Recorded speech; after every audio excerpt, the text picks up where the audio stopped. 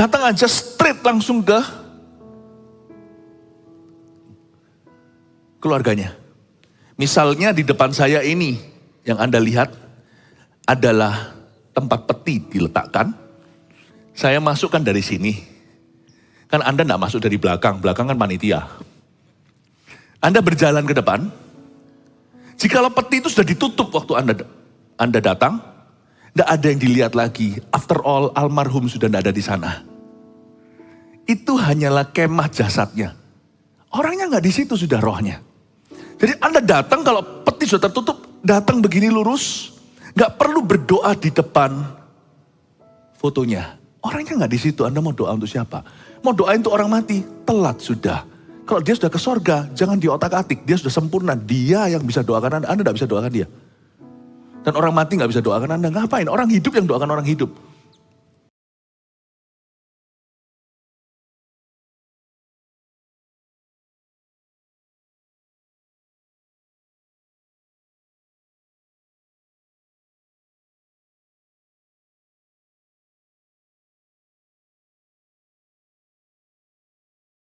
Pasal 5 pertengahan. Surga selalu di hatiku dan terinspirasi juga waktu saya persiapkan khotbah saya hari ini. Saya nggak tahu kalau saudara kita tadi akan pulang ke rumah Bapak. Ini nggak ada janjian. Karena itu saya percaya sangat tepat sekali untuk kita bicara tentang kekekalan. Surga selalu di hatiku, saya beri judulnya, mari kita baca 1 Tesalonika pasal 4 ayat 13. Selanjutnya kami tidak mau, kata Paulus, saudara-saudara, bahwa kamu tidak mengetahui tentang mereka yang meninggal. Supaya kamu jangan berduka cita seperti orang-orang lain yang tidak mempunyai pengharapan. Karena jikalau kita percaya bahwa Yesus telah mati dan telah bangkit, maka kita harus percaya juga bahwa mereka yang telah meninggal dalam Yesus akan dikumpulkan Allah bersama-sama dengan Dia. Ini kami katakan kepadamu dengan firman Tuhan, kita yang hidup, yang masih tinggal sampai kedatangan Tuhan, sekali-kali tidak akan mendahului mereka yang telah meninggal. Sebab pada waktu tanda diberi, yaitu pada waktu penghulu malaikat berseru dan sangkakala Allah berbunyi, maka Tuhan sendiri akan turun dari sorga, dan mereka yang mati dalam Kristus akan lebih dahulu bangkit. Sesudah itu kita yang hidup yang masih tinggal akan diangkat bersama-sama dengan mereka dalam awan menyongsong Tuhan di angkasa. Demikianlah kita akan selama-lamanya bersama-sama dengan Tuhan. Karena itu hiburkanlah seorang kan yang lain dengan perkataan-perkataan ini. Coba saya jelaskan penghabisan pasal 4. Sorga selalu di hatiku, hati kita harus terus gembira. Bahkan melewati pintu kematian. Kalau orang lain yang meninggalkan kita atau suatu hari kita yang meninggal dunia. Kristen itu non sedih. Kristen itulah definisi sesungguhnya happy. Kita punya hidup yang kekal kok. Sedihnya karena kangen. Tapi bukan karena depresi. Sedihnya karena kehilangan. Mana ada orang kalau mengalami kematian itu gak sedih berpisah. Saya pernah lihat sebagai hamba Tuhan, orang yang mati pun sedih memisahkan dirinya dari keluarganya. Tapi dia berkata, gak apa-apa. Kalau orang itu dalam Tuhan, dia perginya sukacita.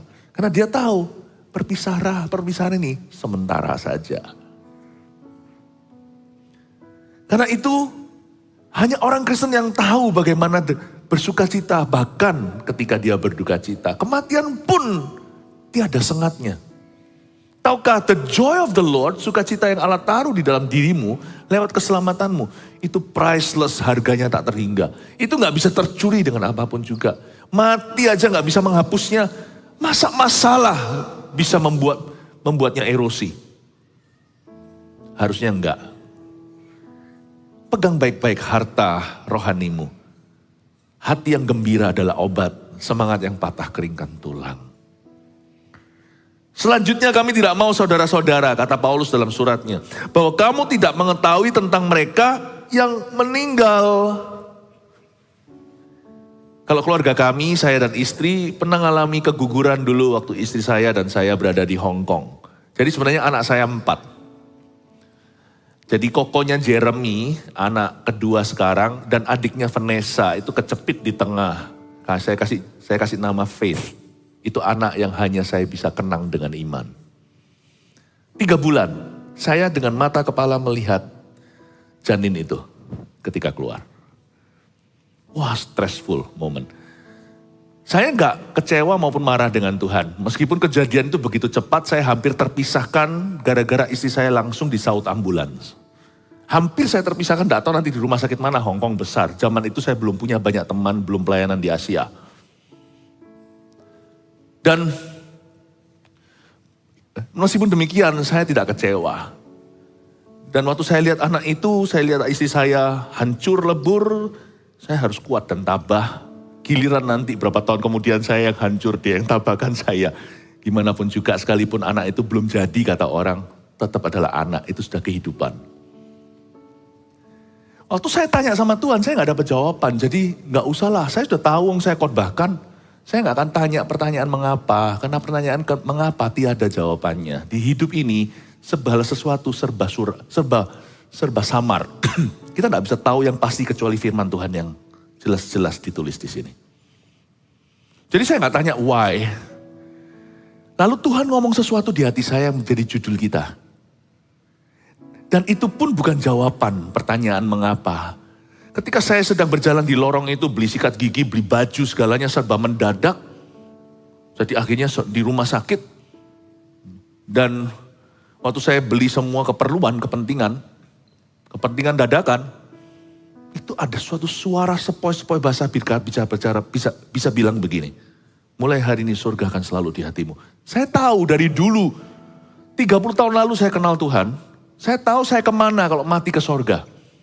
Tapi surga merupakan satu destinasi yang masih jauh lah, apalagi saya masih muda. Tapi sejak kejadian kematian yang langsung di ambang pintu, dan saya lihat sendiri loh, itu bedanya di situ. Itu membuat hati saya jadi makin dekat dengan makna kematian.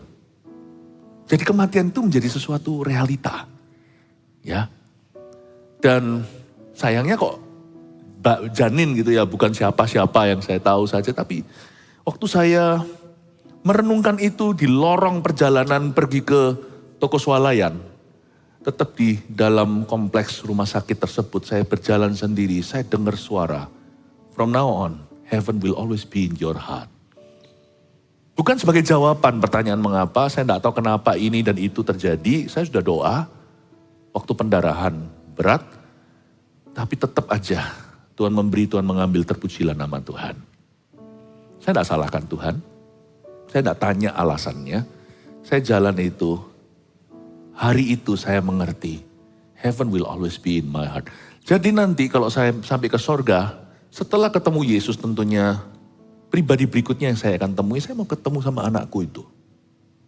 Lalu saya mau ketemu sama David juga. Pergi gak pamitan sama gembalanya, langsung pindah pengembalaan. Nah ini kan saya barusan antar anak sekolah. Baru pulang. Pulang-pulang, David sudah pergi. Udah tiada. Mestinya kan pamit sama gembalanya sebelum serah terima sama gembala agung, ya kan? Saya mau ketemu sama dia, saya mau marahi dia. You see, Paulus berkata, kami gak mau bahwa kamu tidak mengetahui apa-apa tentang mereka yang mati atau meninggal dunia. Kamu harus tahu. Let's talk about death. Mari kita bicara tentang kematian. Supaya the living gains wisdom. Supaya yang hidup memperoleh hati yang bijaksana. Seperti lagu Ajar Kami Tuhan Menghitung Hari-hari. Ayat 13 tetap. Kami tidak mau saudara bahwa kamu tidak mengetahui tentang mereka yang meninggal. Supaya kamu jangan berduka cita seperti orang-orang lain yang tidak mempunyai pengharapan. Garis bawahi. Jangan berduka cita seperti. Coba garis bawah itu. Jangan berduka cita seperti. Karena kita orang Kristen itu punya kode hidup yang beda. Password mati kita pun tak sama. Karena itu jangan berduka seperti. Jangan berduka seperti orang dunia yang tidak kenal Tuhan. Saya kasih tips my song sedikit. My song ini bukan my song list. My song itu melayat orang mati atau orang yang berduka. Saya kasih contoh ya, kalau jemaat gereja Mawar Sharon dan keluarga saat itu dengarkan. Kalau datang di rumah duka, Anda sebagai rekan teman bukan hamba Tuhan atau pendetanya. Datang aja straight langsung ke keluarganya. Misalnya di depan saya ini yang Anda lihat adalah tempat peti diletakkan. Saya masukkan dari sini. Kan Anda enggak masuk dari belakang kan panitia. Anda berjalan ke depan. Jikalau peti itu sudah ditutup waktu Anda datang, tidak ada yang dilihat lagi. After all, almarhum sudah tidak ada di sana. Itu hanyalah kemah jasadnya. Orangnya nggak di situ, sudah rohnya. Jadi Anda datang kalau peti sudah tertutup, datang begini lurus, nggak perlu berdoa di depan fotonya. Orangnya nggak di situ. Anda mau doa untuk siapa? Mau doain untuk orang mati, telat sudah. Kalau dia sudah ke sorga, jangan diotak-atik. Dia sudah sempurna. Dia yang bisa doakan Anda tidak bisa doakan dia. Dan orang mati nggak bisa doakan Anda. Ngapain? Orang hidup yang doakan orang hidup. Dia sudah nggak di situ. Lalu Anda mau berdoa di situ itu untuk dia. Atau berdoa apa? Nggak jelas. Why you pray in front of the dead? Tapi kan karena sungkan, nggak perlu sih. Sungkanmu dan sungkanku akan membuat keluarga sungkan juga. Keluarga jadi ikut doa. Padahal nggak sama-sama nggak tahu doa apa. Mendingan nggak basa-basi tapi tetap sopan santun. Sebab Anda nggak bisa doakan yang mati. Dan Anda juga tidak bisa minta apa-apa untuk dia. Dan kalau memang Anda mau doakan keluarga yang ditinggal mati, Anda bisa doakan keluarganya, bukan di depan peti mati. Ini doa basa-basi. Karena itu kalau Anda datang, peti sudah ditutup, nggak ada yang perlu dilihat. Langsung straight, jalan lurus, langsung ke keluarganya, Ci. Gak apa-apa ya Ci, tabah ya Ci. Kalau nangis, pinjamkan a shoulder to cry on. Siap-siap selalu pundakmu dibasahi kalau Anda lebih dekat dengan keluarga itu. Jangan komentar, udahlah gak usah nangis Ci, tabah. Anda gak ditinggal meninggal dunia oleh, mungkin suaminya yang meninggal, suami Anda masih ada. Apa hak kita gurui dan kuliahi mereka? Tunjukkan aja roh pengertian. Komentar dan jawaban tidak diharapkan. Tapi kalau nggak ada tangis-tangisan, nggak apa-apa, nggak usah ngobrol-ngobrol aja. Hati-hati tanya, hati-hati jangan sembarangan ngomong. Kadang-kadang kita latah. Hai, ya kita cuma bilang, Ci, nggak apa-apa ya Ci, kami doakan ya Ci, tabah ya Ci. Ya terima kasih ya sudah datang. Iya Ci. Udah, ngomong sama satunya lagi, mungkin anaknya, ngomong sama ponakannya, mungkin sama saudaranya. Berikan kekuatan, jadilah terang garam. Jangan langsung duduk, angkat kaki dan makan kacang. Makanlah di rumah. Soto-soto. Ya, you don't come to eat, you come to comfort. Nah, datang bukan untuk makan, boleh makan, tapi bukan itu tujuan.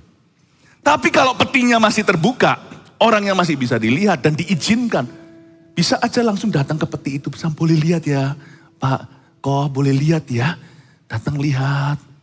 Nggak usah doa, nggak usah apa. Tunjukkan empati, toh itu orang yang Anda kenal. Seperti ada satu bye-bye, pandang dengan pandangan yang tulus hati. Gak bisa berbuat apa-apa, gak ada tindakan yang dibutuhkan. Cuman lihat seperti perpisahan.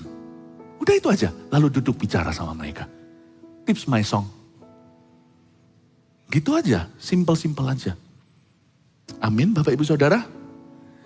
Jemaat Mawar Syaron, semuanya sudah diajari dan dimuridkan di gereja. Hari ini saya ajarkan sebuah pesan pengembalaan. Jadilah berkat yang proporsional dalam kehidupan orang.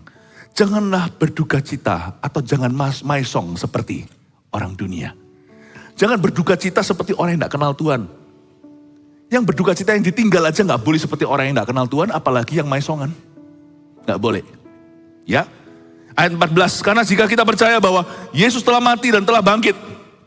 Kalau kita itu percaya Yesus mati dan bangkit, itu juga makna baptisan kan? Dicelupkan itu kan kayak mati bersama dengan Kristus, dikeluarkan seperti kebangkitan. Dan waktu kita terima Yesus dulu, waktu Injil diberitakan pada kita, kan kita pengakuan iman. Kan kita langsung ada doa yang dipanjatkan untuk terima Tuhan. Atau the sinner's prayer, atau doa orang berdosa.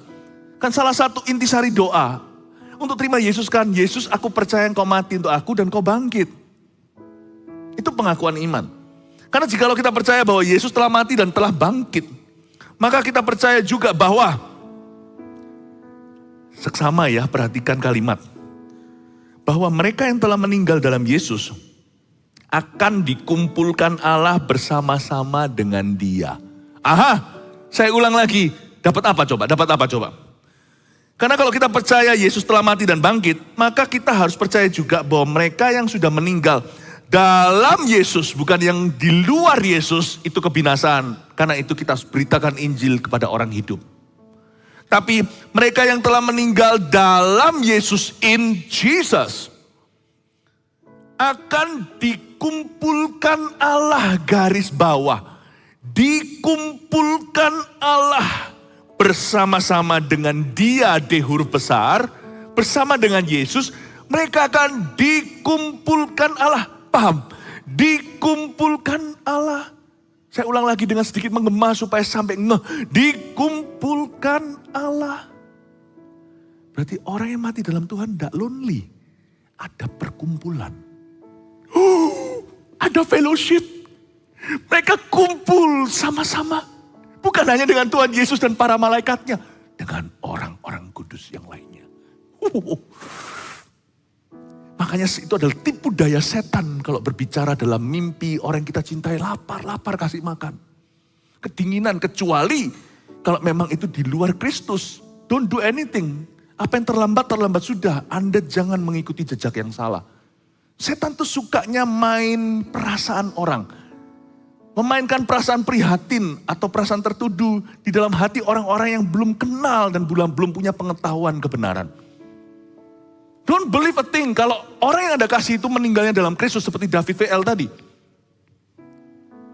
Maka mereka tidak pernah lonely. Mereka dikumpulkan Allah bersama-sama dengan Dia. Dikumpulkan itu kan bukan dengan Allah saja. Kalau dengan Allah saja namanya dipertemukan. Dikumpulkan itu berarti bersama dengan peers. Atau dengan orang-orang kudus sebaya yang lainnya. Seperti David tadi. He is not lonely today. Wah, saya bisa bayangkan. Saya nanti pasti akan jadi orang yang super kepo kalau di sorga. Saya akan datangi Musa. Saya akan datangi Elia. Saya akan datangi semuanya itu. Saya akan tanya satu-satu. Saya mau bikin buku. Enggak sih, semua orang pada waktu itu sudah dalam kemahatauan Allah. Tapi saya akan tanya, kenapa begini, kenapa begitu? Saya akan jadi anak kecil lagi. Kalau suatu hari kita ketemu di sorga, jangan kaget, gembalamu di dunia ini nanti kekanak-kanakan di sana. Saya akan tanya, kenapa dulu gini loh. Waktu itu Adam kan jatuh dalam dosa dan sebagainya. Lalu nanti setelah itu Kain married sama siapa? Sekarang saya mau tanya, banyak misteri Alkitab yang gak terjawab. Sorry ya, layani Anda saya di bumi. Nanti di sana saya akan sibuk interview. Saling melayani itu di sini. Di sana nanti, saya akan lari kanan kiri. Lutut saya tidak akan selemah hari ini. Setelah berapa tahun lalu operasi. I will run here and there. Itu rasanya gue tahu tuh, lihat dari bicepnya tuh Samson. Saya mau tahu sama dia. Saya mau tanya ini, saya mau tanya itu, saya mau tanya raja-raja, nabi-nabi. Belum lagi bersama dengan Yesus dalam kekekalan betapa indah. Saya bisa tahu apa saja. Tahu nggak, mereka yang telah meninggal dalam Yesus akan dikumpulkan. Kita yang di dunia ini yang kasihan, kita sering lonely. Kita di dunia ini loh, sekalipun di tengah lautan manusia seringkali tenggelam dalam kesepian. Sorga bukan tempat yang sepi. Saya nggak tahu sorga persisnya seperti apa. Tapi firman Tuhan mengatakan dengan jelas bahwa adalah perkumpulan di dalam hadiratnya. Ini kami katakan kepadamu dengan firman Tuhan. Kita yang hidup, yang masih tinggal sampai kedatangan Tuhan sekali-kali tidak akan mendahului mereka yang telah meninggal. Gak mendahului dalam hal apa ya? Kita ini loh yang masih hidup gak akan mendahului mereka yang sudah mati. Dalam Kristus maksudnya. Sebab pada waktu tanda diberi, itu pada waktu penghulu malaikat berseru, dan sangkakala Allah berbunyi, sangkakala Tuhan berbunyi, ini perkara supranatural, maka Tuhan sendiri akan turun dari sorga. Dan, mereka yang mati dalam Kristus akan lebih dahulu bangkit. Ini bicara tentang hierarki atau prosesi kebangkitan nanti di akhir zaman ketika Tuhan bangkitkan semua orang kudusnya akan diberikan tubuh kemuliaan. Jadi belan-belani hari ini jaga kekudusan. Mereka yang mati dalam Kristus itu kan lebih dulu dibangkitkan. Saya nggak tahu persisnya kayak apa nanti mereka lebih dulu dibangkitkan. Misalkan kalau Tuhan datang nanti malam atau besok pagi. Kan kita nggak tahu jam dan waktu, bulan dan tahunnya. Kalau Tuhan datang, percayalah kita nggak akan sempet dapat tubuh kemuliaan dulu sebelum mereka semua yang mati sebelum kita dapat duluan. Harus tahu diri, harus tahu hierarki.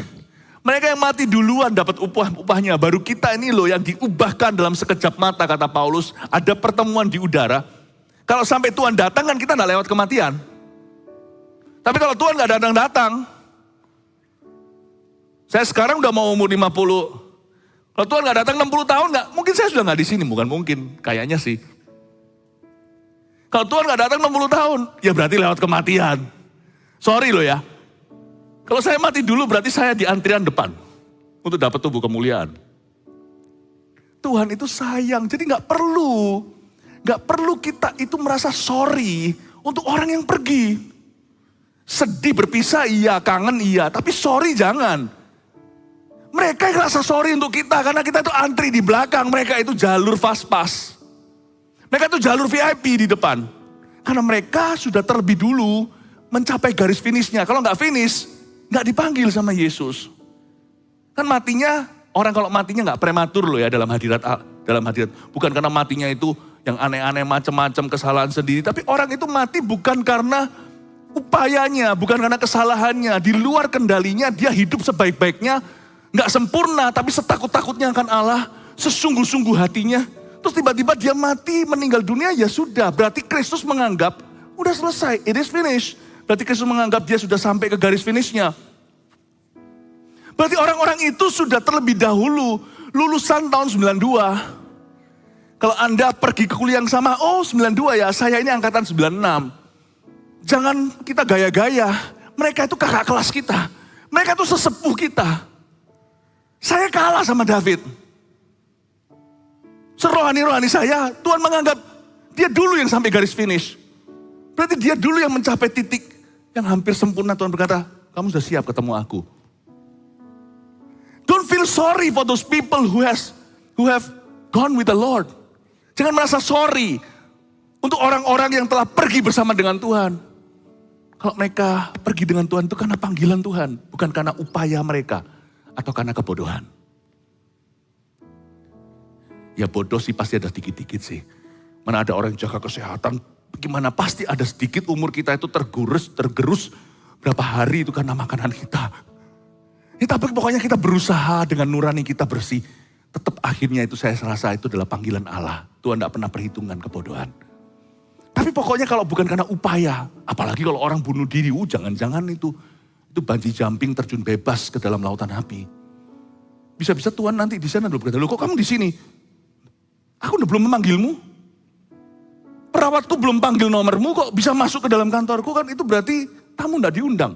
Coba pernah baca gak di Alkitab, tamu gak diundang di apa? Disuruh apa? Diikat, dikeluarkan, dilempar ke kegelapan di mana ada kertas gigi. Mana pakaianmu?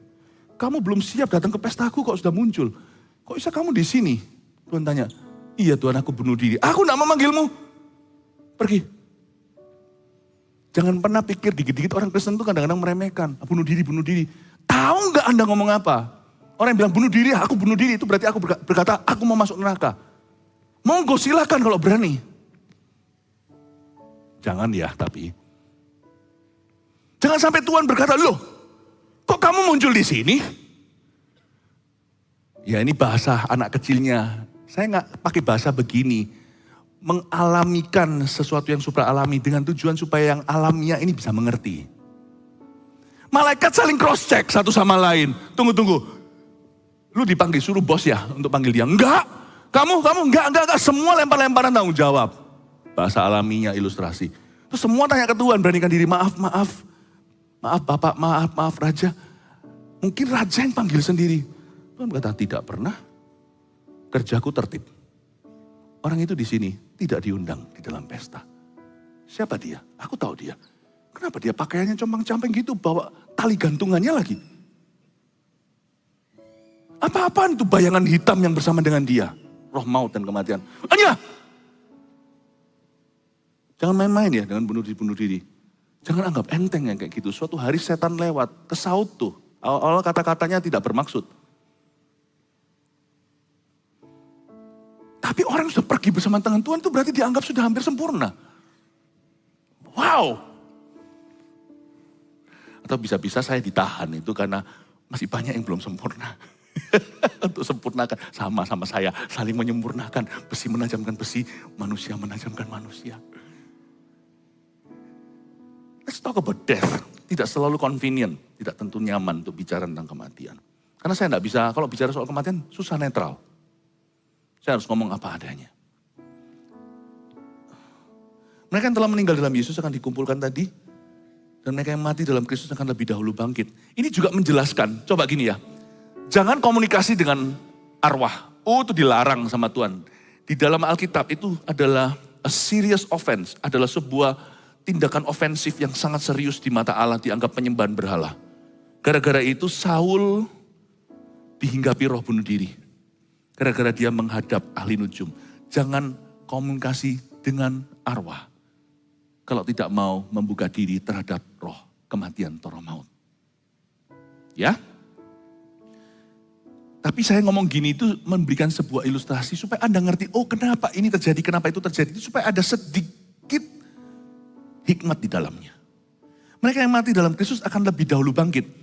Pernahkah Anda cerita, orang-orang di ambang kematian, pernahkah Anda itu tahu orang-orang yang di ambang kematian itu berapa hari sebelum meninggal? Ini orang kudus ya, anak Tuhan ya. Ini bukan yang ketemu arwah atau setan, itu bukan.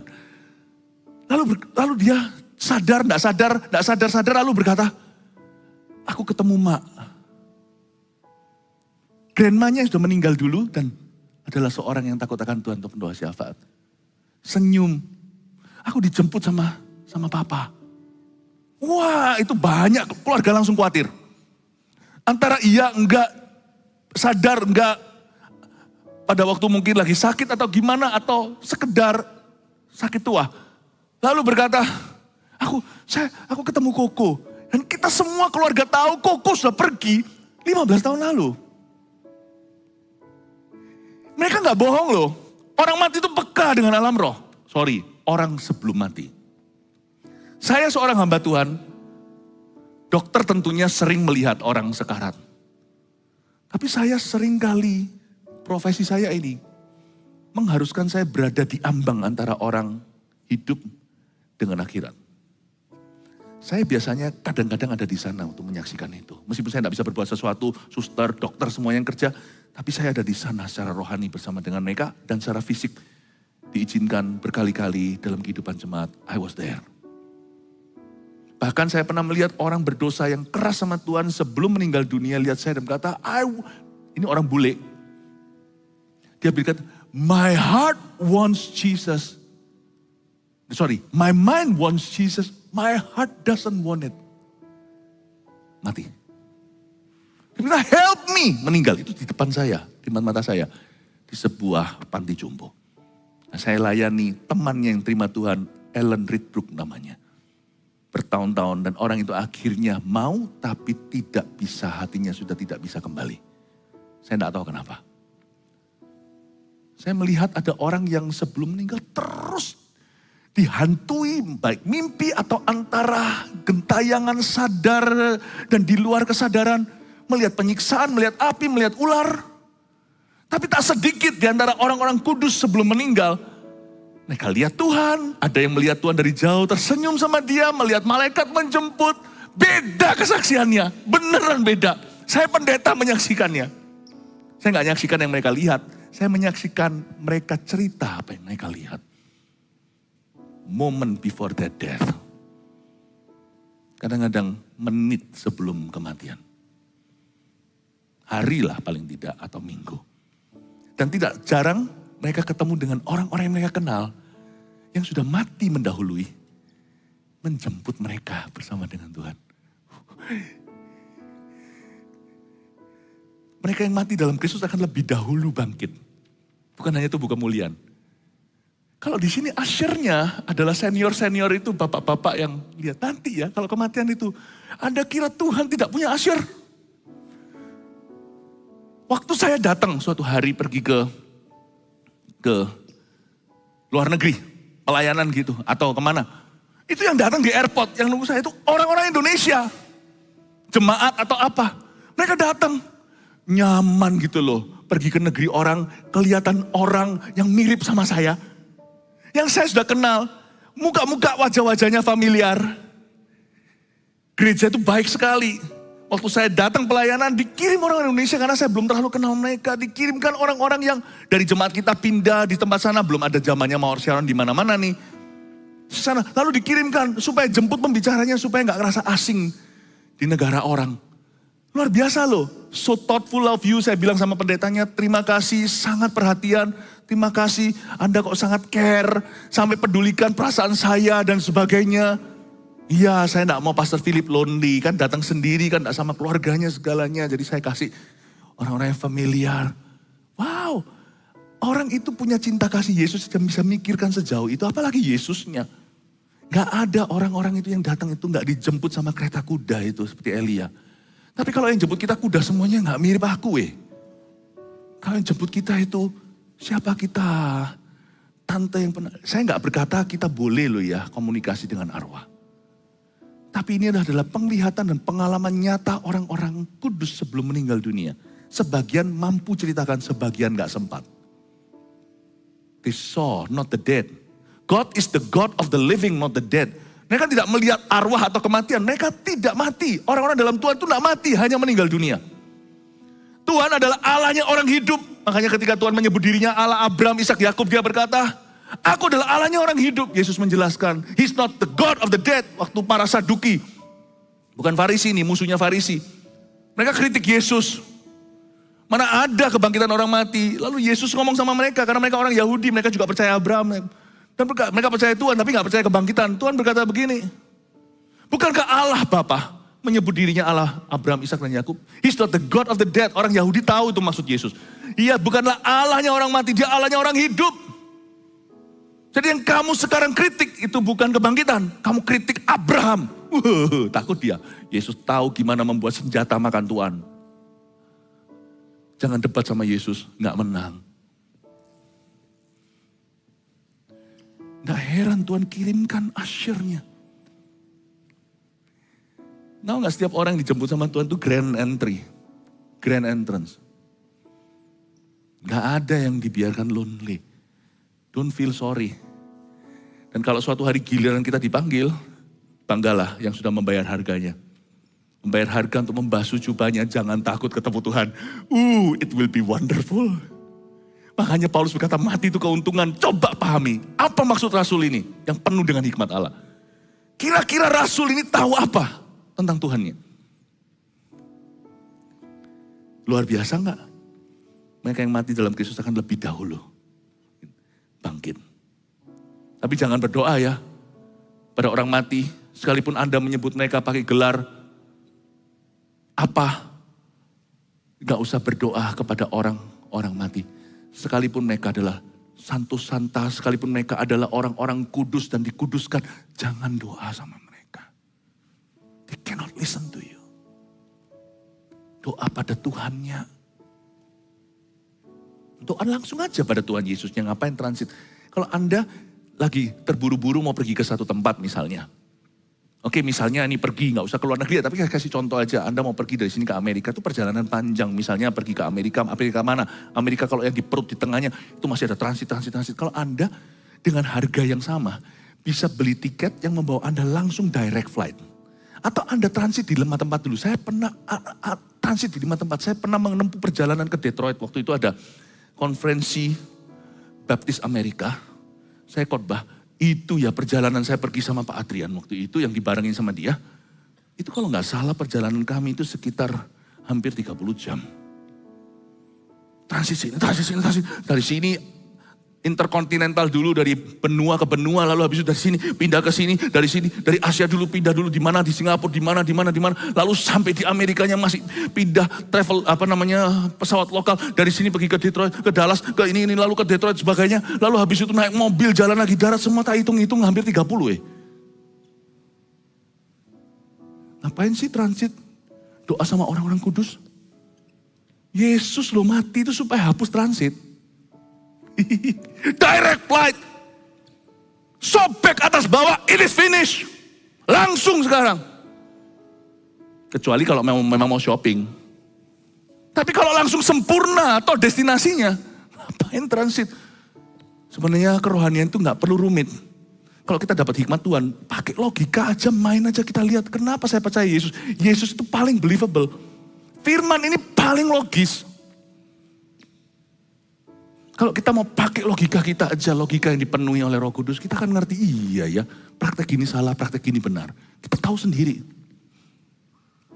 Amin Bapak Ibu Saudara. Saya harap kematian tidak terlalu misteri, karena Paulus sendiri yang mau sih, aku mau supaya kamu tidak, jangan sampai kamu tidak tahu apa-apa gitu loh soal kematian.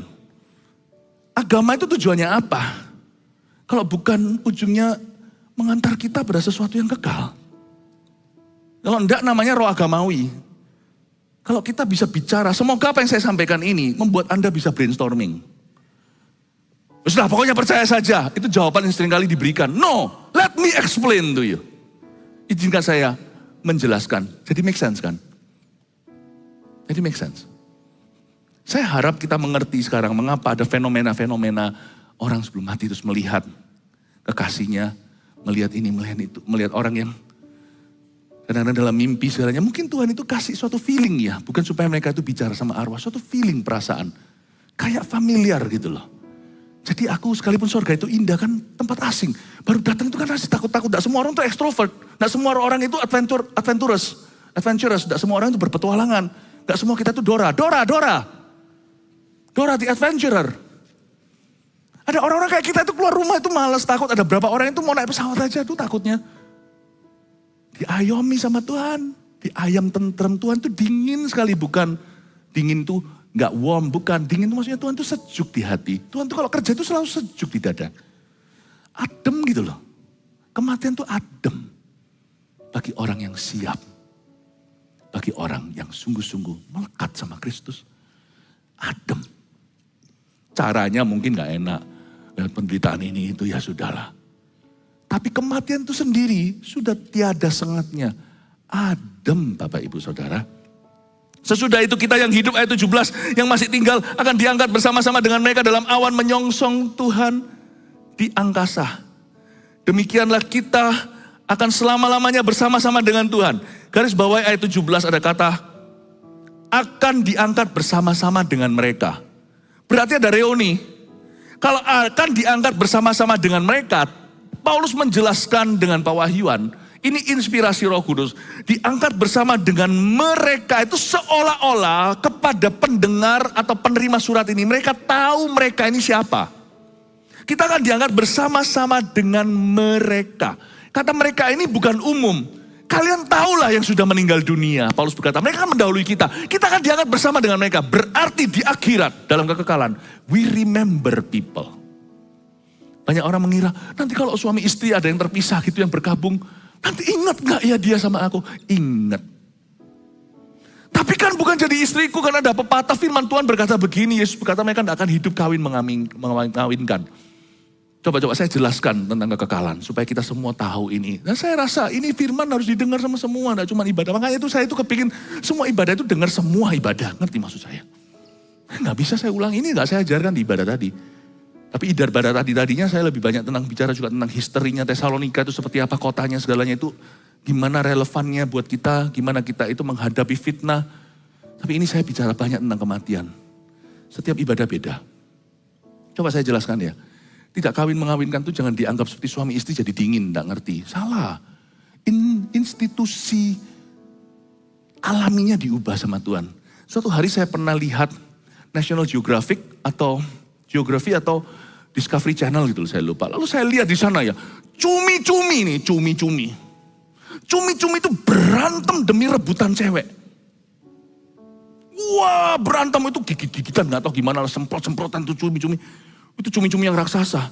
Tahu nggak? Mereka itu hanyalah cumi-cumi punya kehidupan seksual.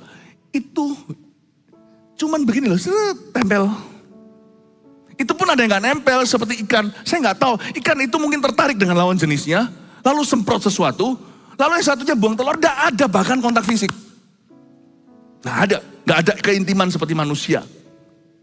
Cumi-cumi itu cuman gini loh, berantem itu sampai gigit-gigitan, mungkin salah satu mati. Demi supaya satu bisa senggol, teng gitu aja lalu pergi. Sorry ya, bahasa saya, apa seksinya? Karena kita adalah makhluk yang lebih canggih. Kita ini manusia.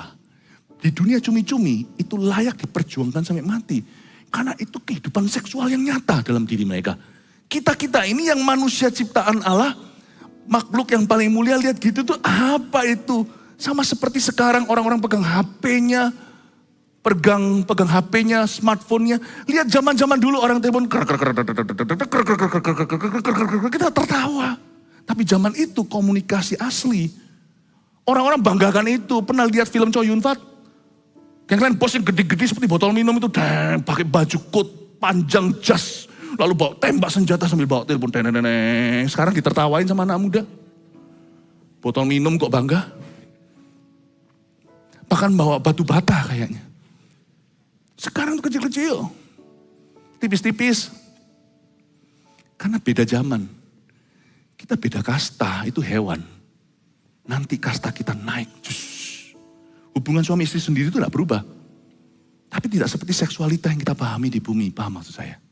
Itu cumi-cumi. Bukan itu lagi komunikasi kita. Kasih yang sempurna, tidak ada lagi perasaan. Aku tuh cinta suamiku kecuali kalau dia begini, begitu. Itu menjengkelkan. Sama dengan kalau suaminya ditanya, iya sih aku suka segala sesuatu tentang istri saya kecuali ada sifat itu loh. Kok udah bisa berubah-ubah di sorga? Gak ada lagi keluhan seperti itu. Setiap orang mengasihi dengan sempurna. Dari kata-kata mereka di sini, mereka akan dikumpulkan bersama dengan Tuhan. Dalam Kristus, mereka yang tinggal akan diangkat bersama. Kata ini seolah-olah mereka itu sudah familiar, sudah saling kenal. Berarti di sorga itu ada reuni dan ada remembering. Sorga itu memori kita tetap. Ya. Misalnya, ya. Misalnya nih, kita ini satu gereja nih, sama-sama pelayanan, satu CG. Lalu suatu hari kita pergi mission trip ke Myanmar. Hubungan tetap sama nggak? Sama, itu ya itulah, Eko ya Eko. Ya Jenny ya Jenny. Itu semua satu CG, fun gitu. Tapi di Myanmar, kondisi berubah. Keadaan berubah. Jadi kita itu beda, sibuk ini itu. Beda. Itu mempengaruhi bukan hubungan pada fondasi, mempengaruhi suasana hubungan itu. Hubungannya sendiri masih ada. Jenny ya tetap tahu siapa Eko, Eko tahu siapa Jenny. Eko tahu siapa Andri. Eko tahu siapa Budi. Tetap saling tahu. Tapi kondisinya waktu kita di sorga nanti kita tetap saling tahu. Tapi you be amazed to see. Everything changes. Kalau di sini bisa panas-panasan, kontok-kontokan segalanya, di sana itu tidak ada dosa. Tidak ada setan. Bisa bayangkan enggak? Aku kok gak pernah sadari ya kamu tuh sebaik itu. Oh thank you loh Pak Eko. Iya Pak Budi. Waduh. Saya juga sangat menghargai. Di situ penghargaan kita tiba-tiba elevated.